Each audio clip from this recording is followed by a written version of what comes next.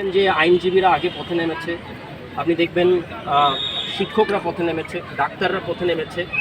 আমরা পৃথিবীর বড় বড় বিপ্লবের দিকে যদি তাকাই, লেখকরা আসলে সবার আগে ছিল।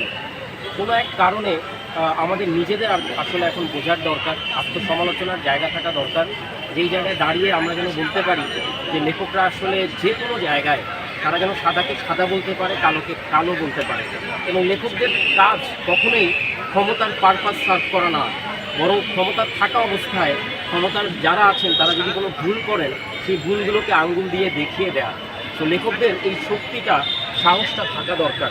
তো আমি সবসময় বলি, জনবিচ্ছন্ন হবেন না, মানুষের সাথে থাকেন।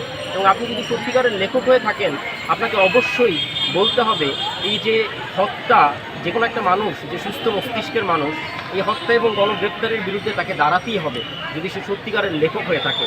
এবং এই যে ঘটনাগুলা, সেই ঘটনাগুলাকে যে কোনোভাবে ডকুমেন্টেশনের জায়গায় আপনারা সেটা বইয়ের পাতায় হোক, শব্দ অক্ষর বাক্যের বুননে হোক, আটকে রাখার চেষ্টা করবেন। আর বেশি কিছু বলার নাই।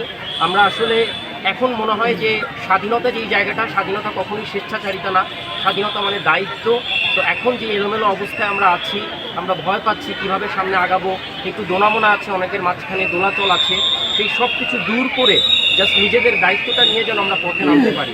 আমার ঘরের সামনে পরিষ্কার অপরিষ্কার যা যা ময়লা আছে সেটা নিজে পরিষ্কার করি, ট্রাফিকে যারা আছে ওদের ভুল বের না করে তার জন্য নিজে পথে নামি।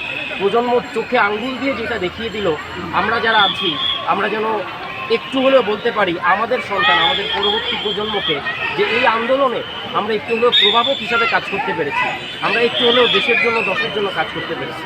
এতটুকুই আমার তরফ থেকে। আবারও বলি, আপনারা যত যাই করেন এই মুগ্ধ প্রজন্মকে ভুলবেন না, কারণ তাদের কাছে আমাদের আজীবনের ঋণ, এবং এই ঋণ শোধ করার কোনো উপায় নেই। ধন্যবাদ সবাইকে।